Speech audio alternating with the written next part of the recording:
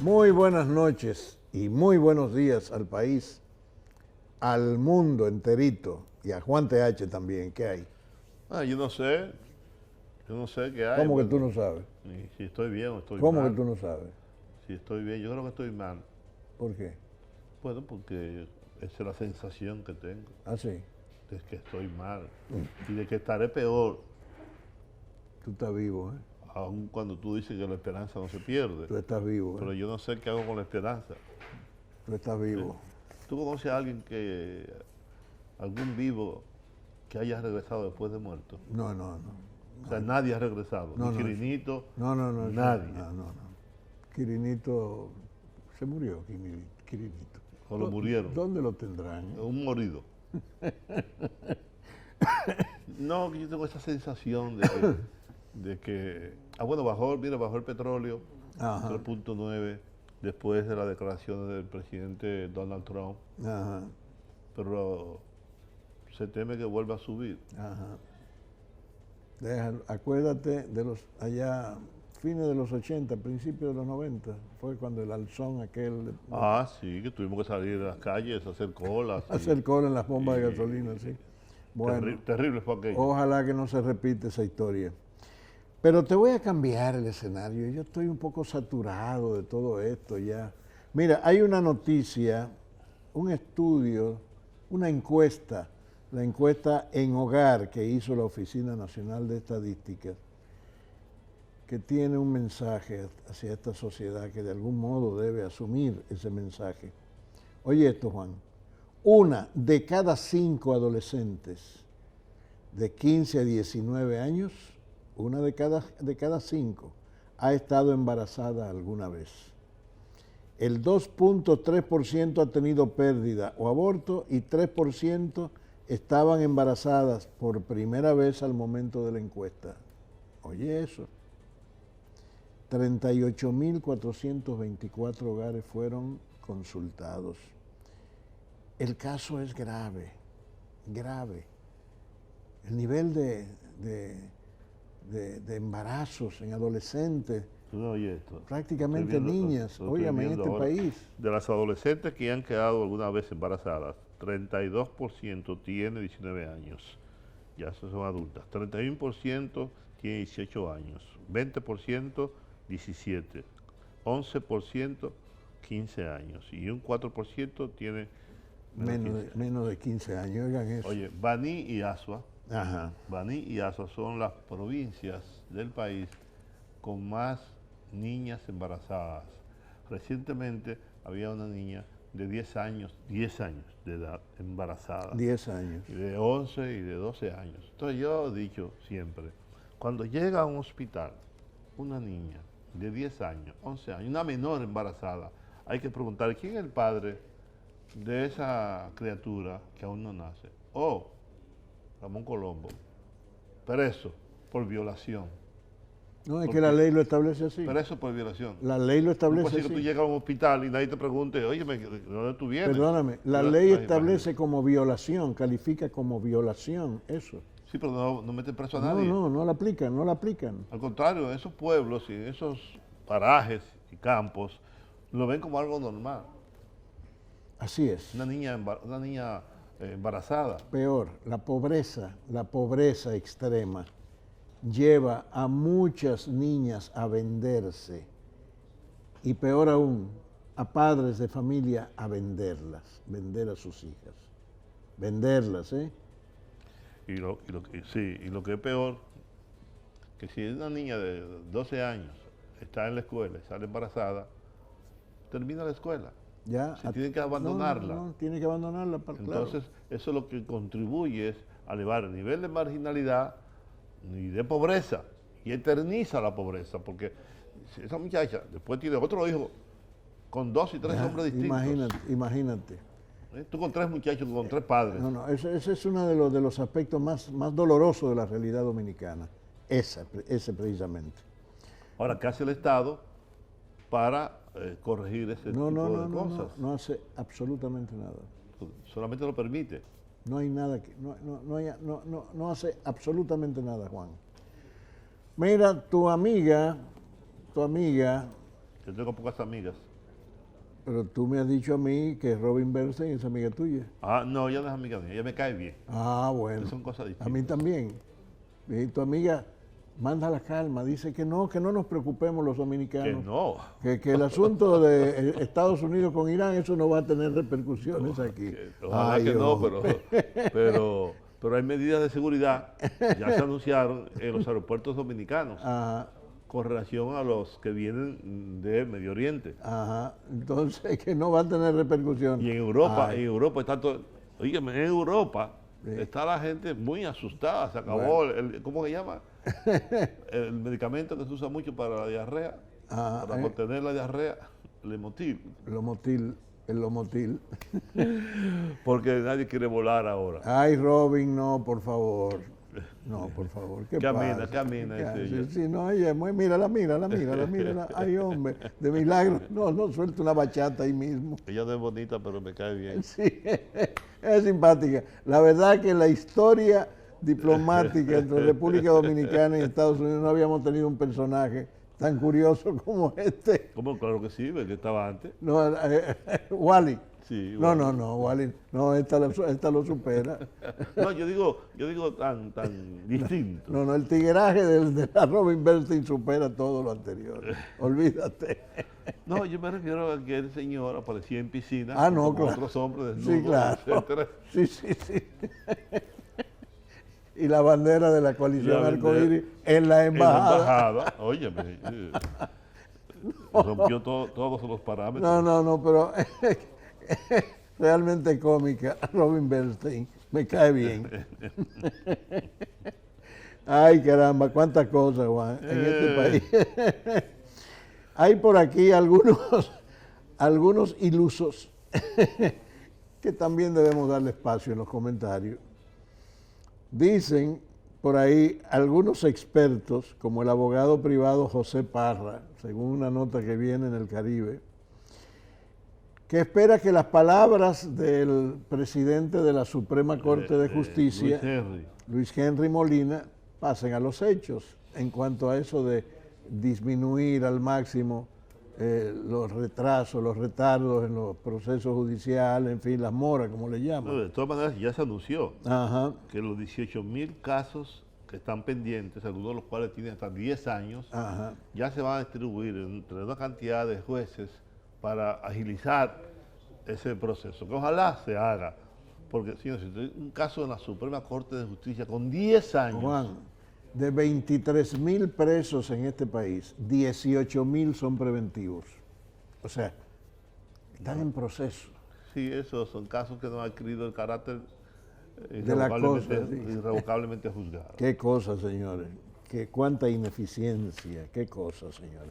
Ahora, Porque aquí la cultura del tránquenlo, ajá, tú tienes en el Código Procesal Penal 7 medidas de coerción. Sin embargo, la que prima siempre es el tránquenlo, Ajá. porque muchos jueces también tienen miedo. Porque si tú sueltas a una persona o le das otra medida de coerción que ustedes los periodistas no comparten, sin saber un carajo de derecho, Ajá. mediáticamente acaban con esa jueza, con ese juez, y la Suprema Corte de Justicia o el Consejo Nacional de la Magistratura, entonces también condena al juez. Pero por la falta de independencia también. Mira, ¿tú te imaginas que a la jueza esa San Francisco de Macorís, que Mariano la suspendió sin salario mientras apareciera Querinito? Está suspendida hasta que aparezca Querinito. Y estuvo sin cobrar hasta los otros días. qué barbaridad. Porque la Suprema Corte de Justicia dijo, pero si no le han comprobado a esa señora ningún hecho delictivo, si la suspenden hasta que aparezca un muerto. Un muerto que lo sacaron de la cárcel y no fue ella que lo sacó. No fue No, ella. y hubo un contubernio Claro. de varias autoridades. Yo no sé si ella estaba o no, pero Pero yo- no. Quirinito no podía salir haciéndose el enfermo de la cárcel sin la no, complicidad. ya nadie habla de eso. No, Dijo ya tu amigo, y mi amigo, porque amigo mío, Jaime Aristides Cuder, no sé si viste, que los que compren el 50% de Punta Catalina Ajá. tendrán que pagar 2.125 millones de dólares. y que va a ser muy beneficioso para el Estado. Ahora, yo no sé cómo Jaime pudo establecer el precio total de Punta Catalina, Ajá. porque entonces me está diciendo que costó 4.300 millones de dólares. Pues si tú estás vendiendo la mitad por 2.125 millones, significa que la otra mitad claro, cuesta 2.125 lo mismo, millones lo de mismo, dólares. claro, es por decir, supuesto. 4.300 millones de dólares. Ha sido, no, ¿Quién lo va a comp- definitivamente ha sido el más grande disparate que se ha hecho aquí en la historia Ahora, del ¿cómo Estado. lo va a comprar? ¿A quién se lo va a vender? ¿Qué van a hacer con los Están terrenos? interesados los Vicini. Los Vicini están interesados. Los Porque Vicini son, están son interesados. los dueños de las tierras. Ajá. Son tierras Pues en me dicen que no. arrendamiento 30 años de Sí, pero arrendamiento. me dijo alguien que no, que los vecinos no están interesados en comprar. Bueno. ¿Para qué va a comprar si eso es de ellos? No, Está las en su- tierras son de ella, no. Ajá. Punta Catalina no es de ellos. Está bien, pero la tierra sí. Las tierras, Y lo que, sí. y lo que está, tú tienes una finca. Si yo voy y construyo una casa en tu finca, Sí. ¿de Sí. quién es la casa? Está bien. Está bien. Pero dime. No, está bien. No, pero yo te alquilé ese pedazo de tierra, no es mío. Yo te alquilé el Sí, pedazo pero de cuando, tierra. cuando termine ese alquiler, ¿qué tú vas a hacer con la casa? ¿Demolerla? Sí, pero faltan 27 años para que termine. No, Señores, no. la otra cosa que yo quiero comentarte a ti. No, pero cuántos absurdos. ¿Sabes señor. cuál es la otra cosa que quiero comentar? El peaje sombra. ¿Sabes cuánto hemos pagado de peaje sombra por esa porquería que hicieron ahí? Muchacho. Más de 25.000 millones de pesos. Este año, solamente este año, en el presupuesto hay consignado más de 4.000 millones de pesos. Qué barbaridad, señores. ¿Cómo se salva este país? Dime, ¿cómo se va a salvar? Y todavía le este queda país? 20 años a esa gente cobrando peaje sombra.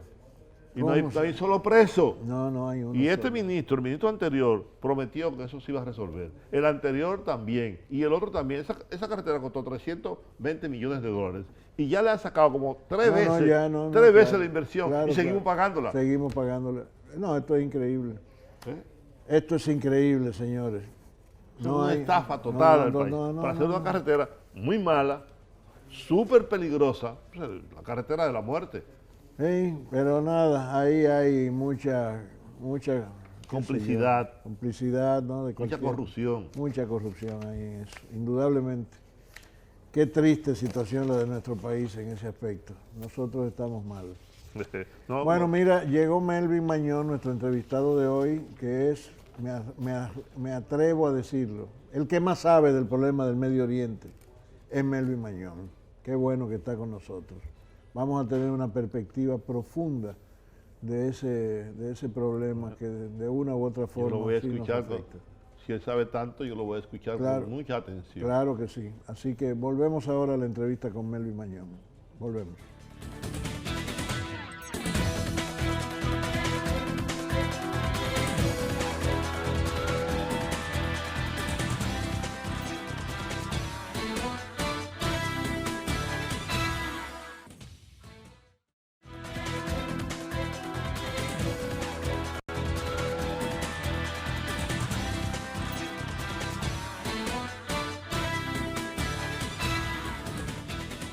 Me permito asumir el riesgo. Creo que no asumo ningún riesgo. Borro.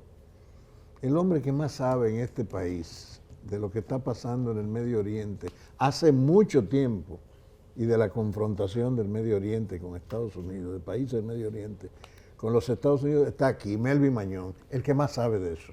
Me da mucho gusto. Nos da mucho gusto que tú estés aquí con nosotros. Está bien. ¿Sabes qué? Él dice Dime, eso- ¿cuál es tu visión general él dice de...? eso a la gente cuando tiene aprecio y cariño. No, yo no lo digo por el aprecio, el cariño que le tengo, es que eso es objetivo, el que más sabe en este Está bien, país. yo no lo dudo, pero tú cuando tienes un amigo enfrente, Sí. entonces eres más Oh, expresivo, claro, con los enemigos no soy así. Se desborda. obviamente.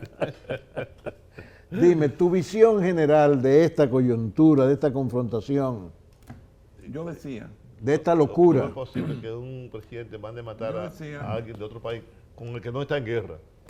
no, y además en un territorio del cual no tiene autorización ni derecho Exacto. y en franca violación a todas las normativas internacionales, todas y cada una de ellas. Tanto así que fíjate que hasta Netanyahu, después de haber aplaudido la acción, medio que se retracta, porque es que eso es una caja de Pandora. que a ningún jefe de Estado le conviene abrir. Claro. Hasta el Departamento de Estado de los Estados Unidos, el Pentágono, se está separando de ese asunto. Bien, mira, esto es un capítulo nuevo de una historia vieja que no va a terminar bien. En esta ocasión, posiblemente, el asesinato de Soleimani no se convierta en una guerra abierta, porque la presencia de Rusia y el papel que Rusia y Putin están jugando se movilizaron con una presteza, yo diría que insólita. El día de ayer Putin estaba en Siria, hoy en Turquía, en ambos casos reunidos con los presidentes respectivos de esos países, horas apenas después de tanto el bombardeo como ya en curso la respuesta, entre comillas, iraní. ¿Qué te digo? El único actor racional, con sangre fría, inteligencia suficiente y además autoridad moral para mediar es Rusia y Putin en particular, el único. Entonces yo decía ayer mismo que visto sobre un plano racional, ¿verdad?, no debe pasar a mayores, porque cualquier oficial de alta graduación en el Estado Mayor Conjunto de Estados Unidos sabe que si hay un momento donde Estados Unidos jamás podría pensar ni siquiera en emprender una guerra de envergadura, es ahora. ¿Por qué? Porque tiene una presidencia deslegitimada, tiene un gobierno en pleno caos y el estamento militar está no solo dividido, está desarticulado. O sea, fíjate que el Departamento de Defensa ha visto renuncia de jefes importantes, pero con una frecuencia inusitada. Y ha tenido que revivir a un Elliot Abrams, por ejemplo, que es ya ya es abuelo. Un abuelo. Un tatarabuelo. Tatarabuelo. Elliot Abrams es tatarabuelo. Pero, entonces, racionalmente, ningún secretario de Defensa va a darle curso a las loqueras de Trump en este caso, que no son loqueras, sencillamente el tipo es impulsivo, no reflexivo. Él está a tono con la época, no con la historia, pero sí está a tono con la época. Todo lo instantáneo, todo lo rápido, todo a base de tweets, todo a base de redes sociales. Entonces produce un hecho de envergadura, un asesinato. No asesinan a un general cualquiera, tampoco, como se ha creído, asesinan al general más poderoso de Irán. No es verdad. Irán tiene bajo las armas 1 millón de hombres.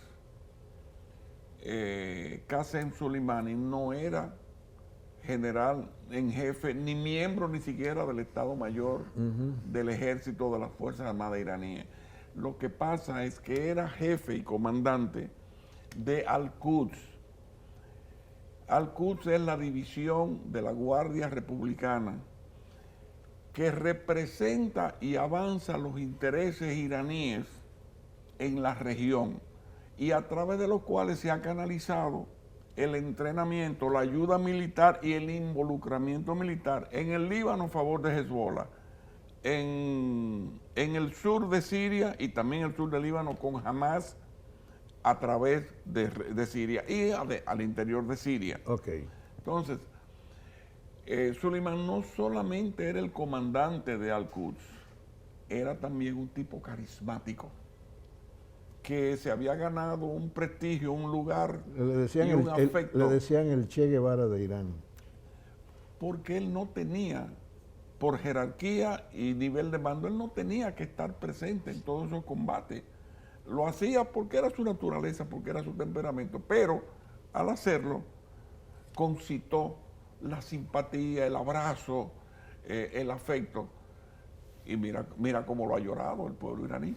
Millones, millones de Impresionante. personas fueron. En mi vida yo nunca había visto uno de una los manifestación. el funeral de más grande que yo he envergadura. presenciado. Que yo he visto. Nunca en mi vida.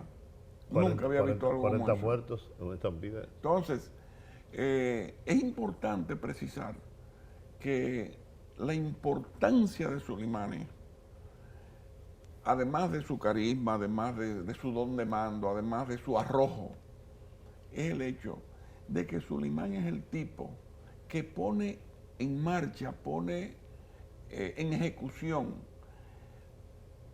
la mejor forma y la más efectiva y prometedora forma de defensa de la soberanía iraní. ¿Y cuál es esa forma? Colocar ejércitos y tropas enemigas de Israel, pero en la frontera de Israel.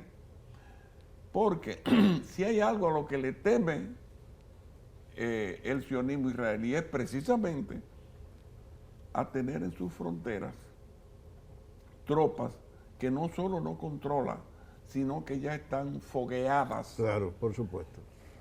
Entonces acuérdate, Hezbollah enfrentó y derrotó a Israel en el 2006. Siria,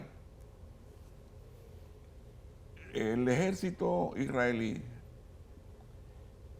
la desbarató, pero desbarató el ejército, las Fuerzas Armadas de Hafez el-Assad en las dos guerras. Pero el ejército sirio, las Fuerzas Armadas sirias de hoy, tienen 7 años de guerra.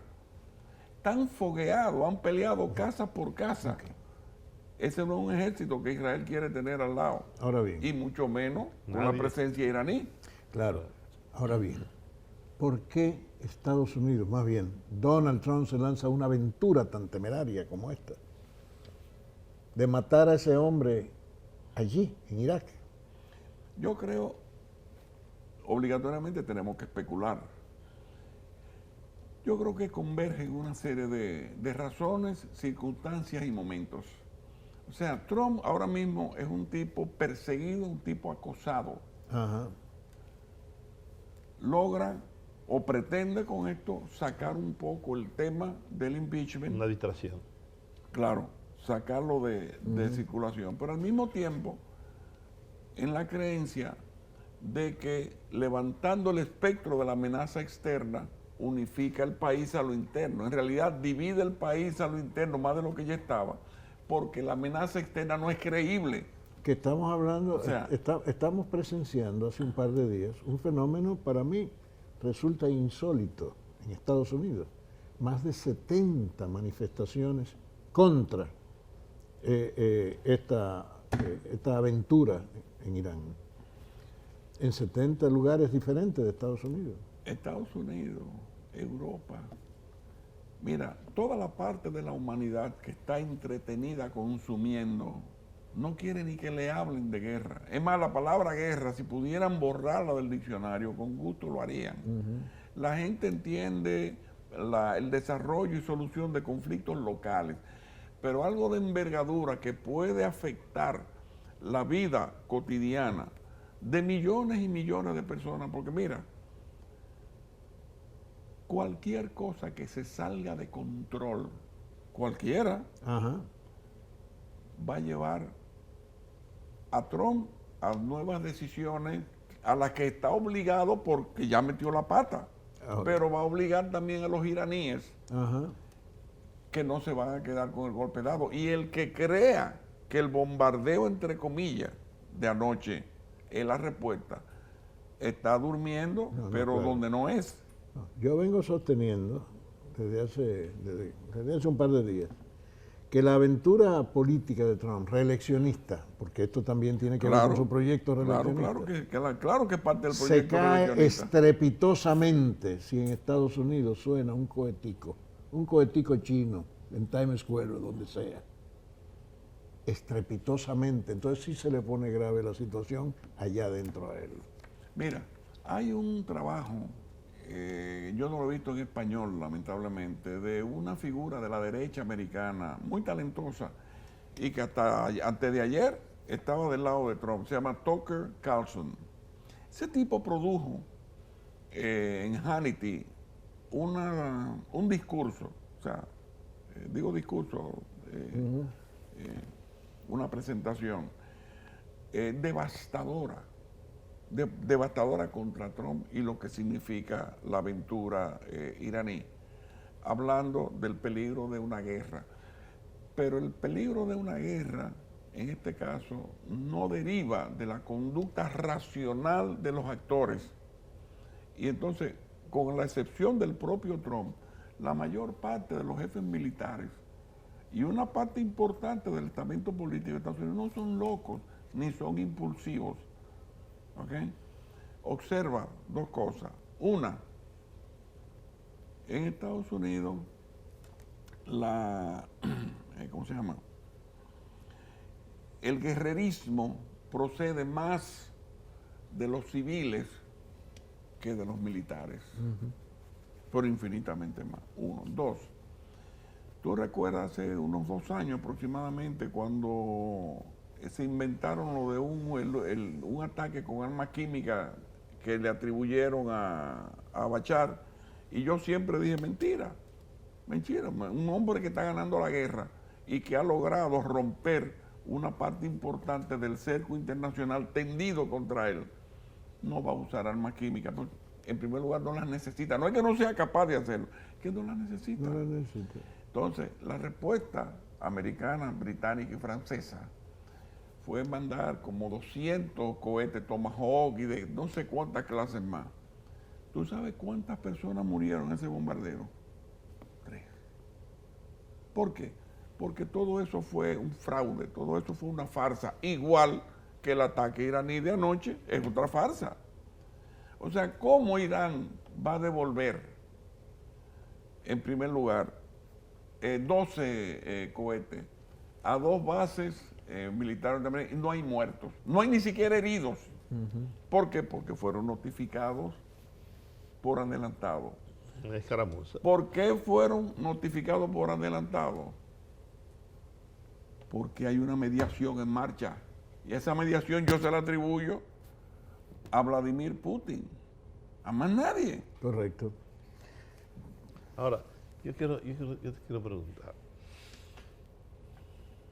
Perdón, porque nadie vaya a creer que los iraníes son tan estúpidos para cambiar la vida de un general, Soleimani, y de un comandante, Mohandis, el jefe de las milicias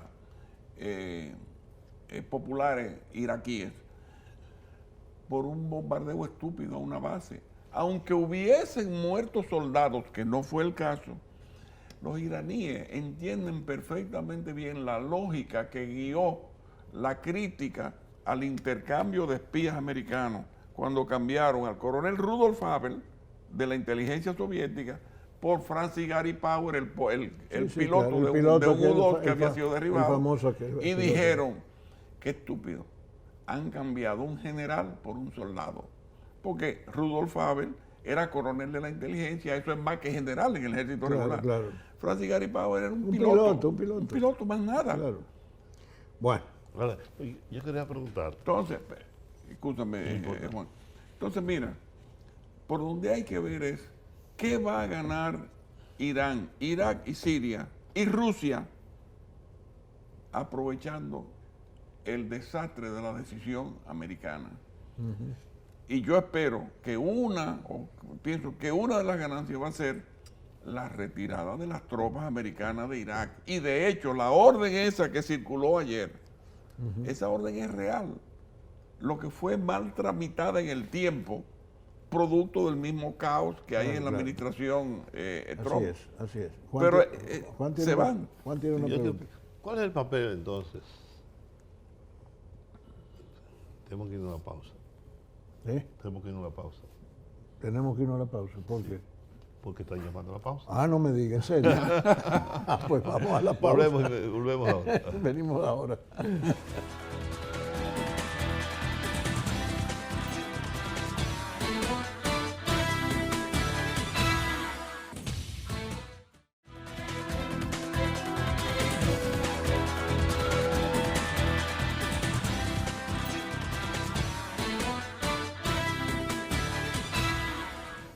aquella intervención de los Estados Unidos, que como tú acabas de decir, Melvin, solo fallecieron 3 personas.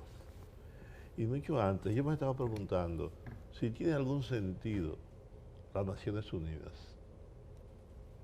Si es verdad que ese órgano aún tiene alguna importancia política o geopolítica, cuando hay un país o un presidente que por encima de todos los demás decide atacar a otro país con el cual no está en guerra, matar a un general o a un ciudadano cualquiera de otro país, o que decide intervenir en un país o el otro, que tiene 60 años en Naciones Unidas, ordenando el bloqueo económico contra Cuba, y sin embargo lo mantiene. De verdad, ¿qué papel juegan las Naciones Unidas en el contexto mundial hoy día? Si hay un solo país que puede actuar por encima de todo lo demás. Las Naciones Unidas es una de las últimas ficciones jurídicas que resultaron del final de la Segunda Guerra Mundial. Sería cómodo pero panfletario decir que no sirve para nada. No, todavía sirve para algo minúsculo, breve, escaso, precario. Tal vez Naciones Unidas está ahora, en cuanto a niveles de efectividad, al 5 o al 10% de lo que es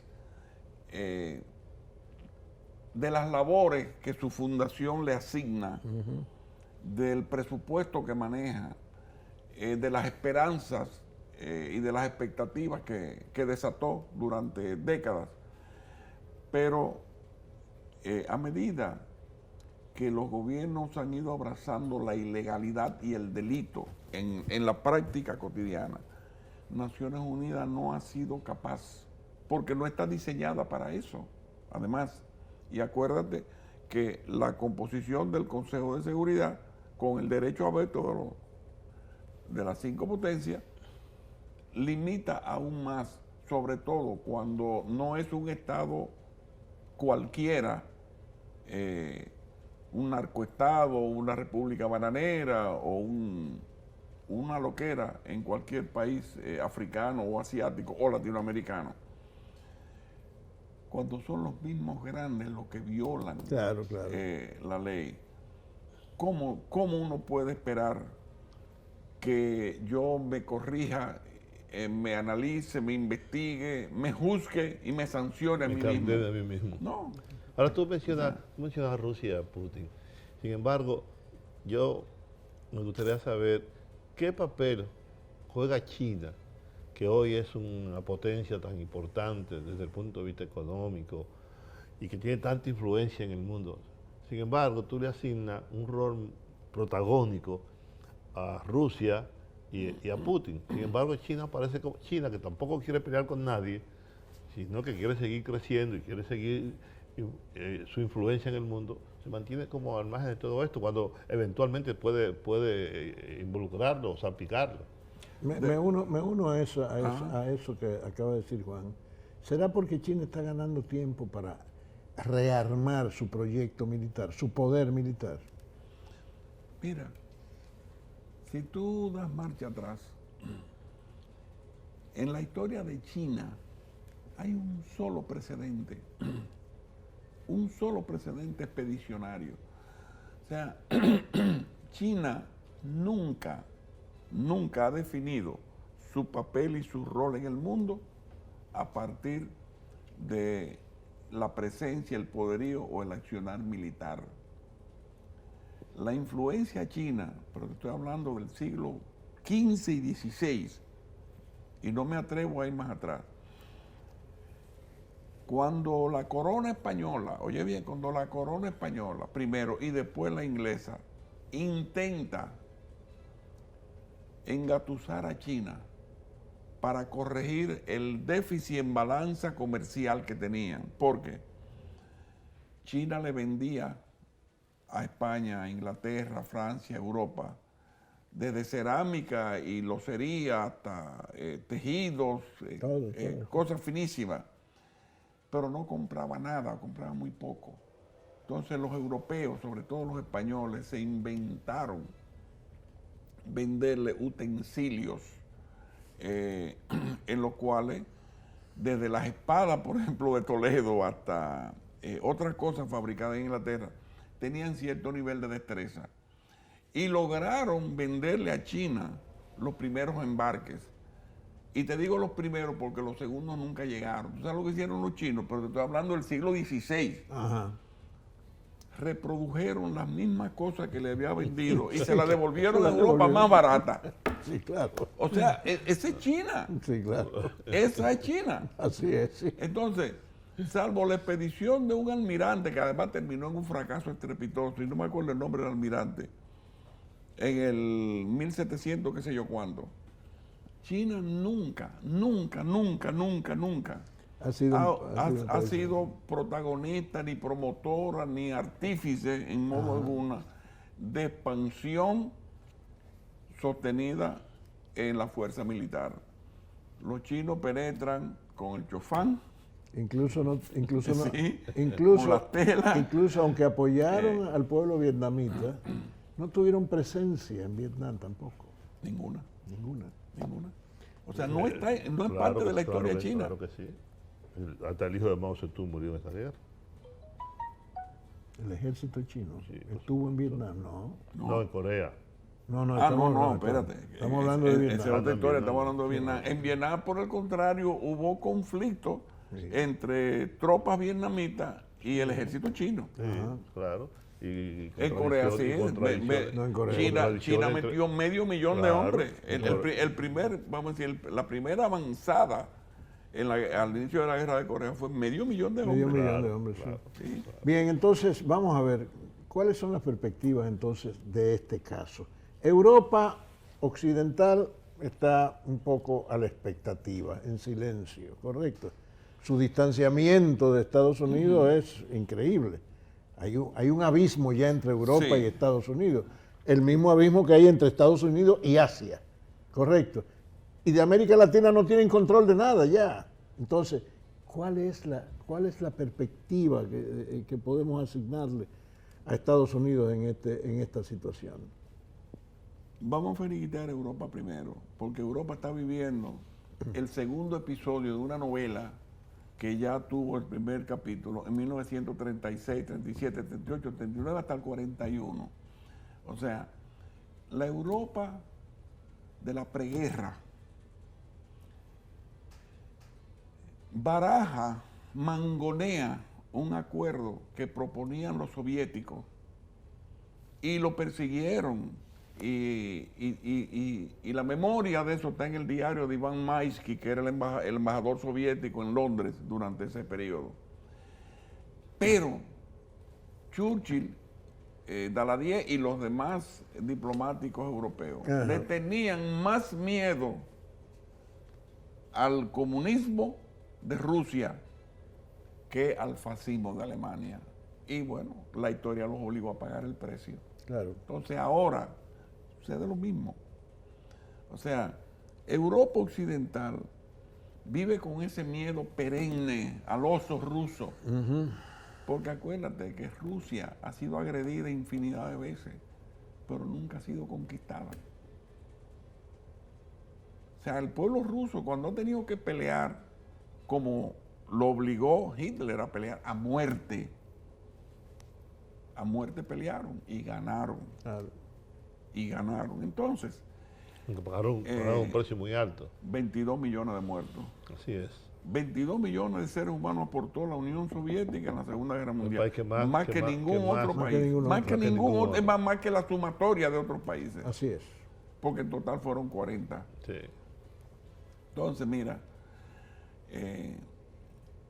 ahora que los medios de comunicación pasaron de ser instrumentos de denuncia, de investigación, de cuestionamiento,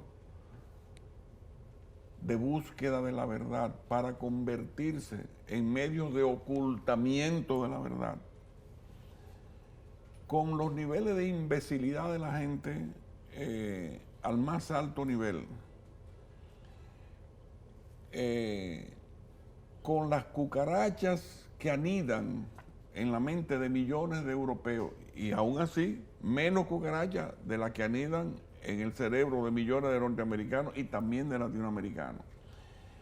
Pero Colombo, la gente está en consumo, el mundo está en consumo.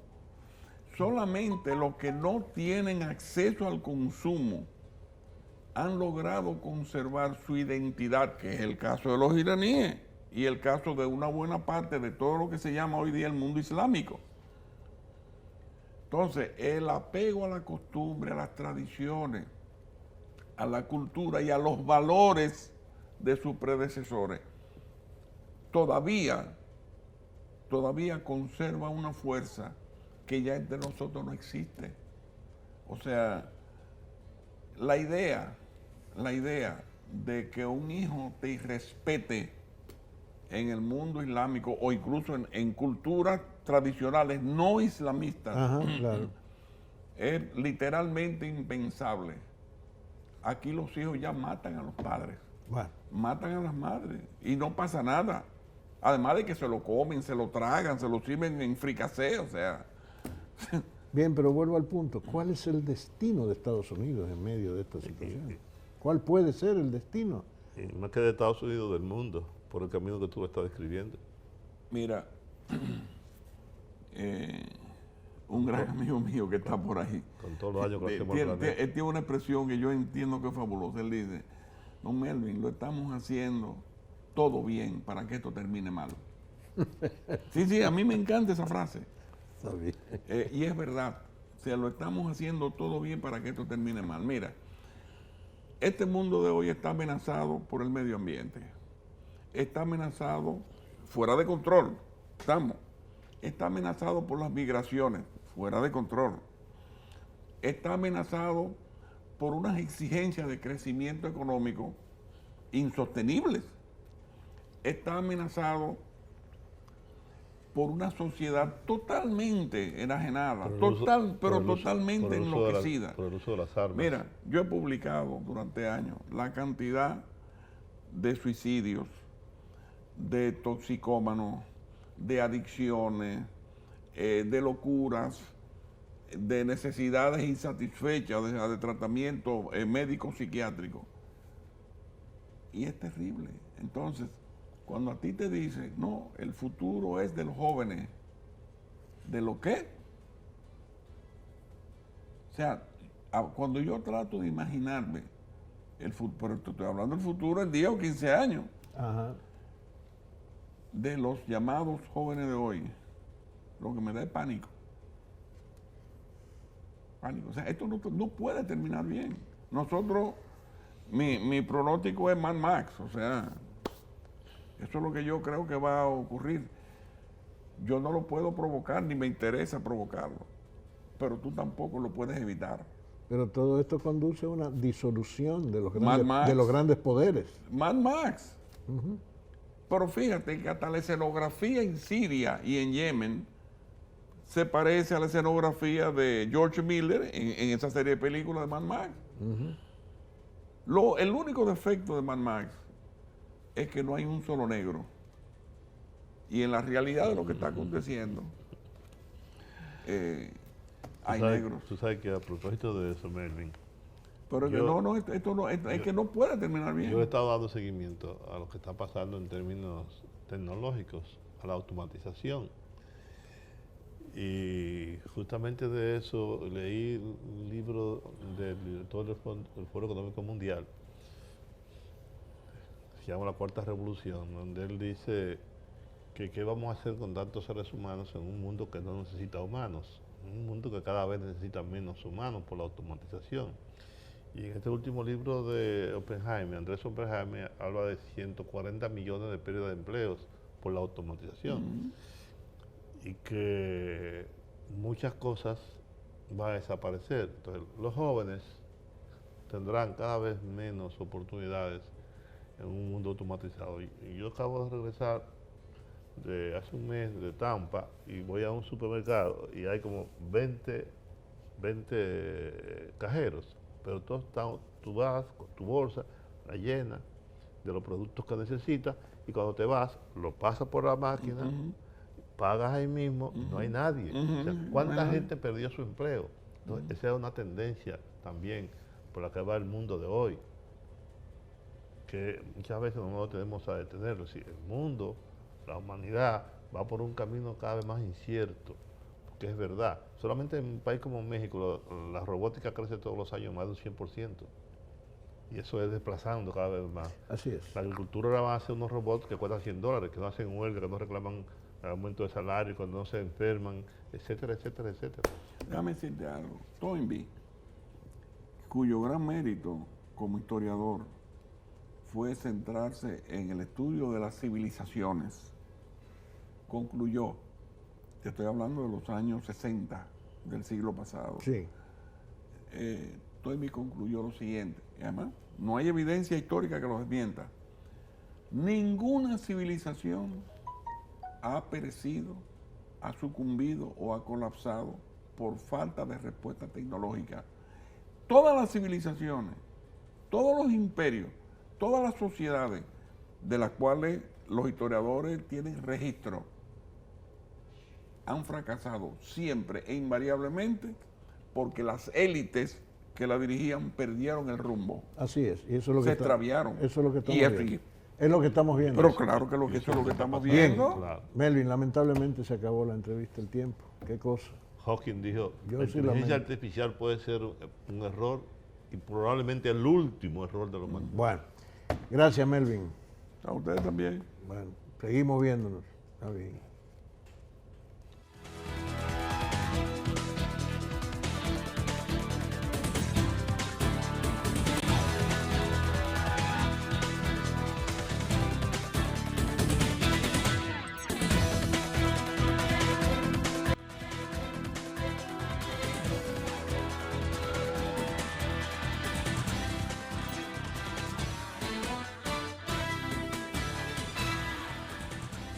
Pocas personas pueden en este país tener un enfoque tan profundo de estas realidades como Melvin. Sí, sí, sin duda alguna. Definitivamente. Sin duda alguna, domina muy bien el tema. Vamos a ver qué dice la gente, Juan. Manuel Dime. del Valle, él reside en la zona universitaria y se está quejando de algo que es imposible resolver.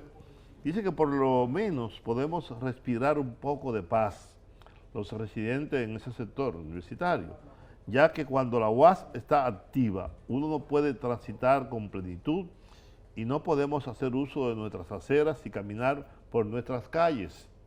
El constante transitar de estudiantes, trabajadores y vendedores ambulantes es masivo. Que se muden. Bueno, ¿no? lo que pasa es que generalmente Eso es inevitable.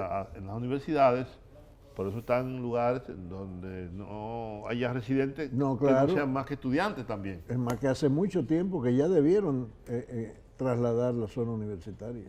¿No? Trasladar a la gente que vive en la zona universitaria. Ah, bueno, mejor. Por supuesto. Claro. Y construir edificios para residentes, para Claro que estudiantes. Sí, pero ya la zona universitaria como tal, oye, me estamos hablando de una universidad que a nivel nacional tiene más de 200.000 Claro. estudiantes. Así es. Ahí en el campus principal son más de 80.000 Sí, estudiantes, sí, así demasiado es, gente. así es. Por cierto, te mando saludos Pablo Valdés, Ah, sí, caramba. amigo Pablo Valdés. Francia Tapia, aquí en Santo Domingo, nos escribe: la embajadora de Estados Unidos, Robin Bernstein, felicitó a nuestro país por estar del lado de los Estados Unidos en su conflicto con Irán. Vivimos una gran tensión con esto que se aproxima. Que Dios nos ampare, dice ella. Bueno, Mili Corporán, en Sánchez Luperón, escribe: la política nos arropa en este año. Este 2020 viene entrando con una abrumadora campaña, larga y complicada, y más en este sector que corresponde a la circunscripción número 3, que es una de las circunscripciones más populosas. Veremos cómo pasamos esto. Así es. La La circunscripción verdad, entre la parte alta de la ciudad. ya. Todos esos barrios por allá arriba. Así es. Imagínate. Bueno, mira, se acabó esto. Terminamos. Buen programa el de hoy. Y así que mañana nos vemos por acá de nuevo. Claro Muy que bien, sí. Muy bien. Buenas noches y buenos días.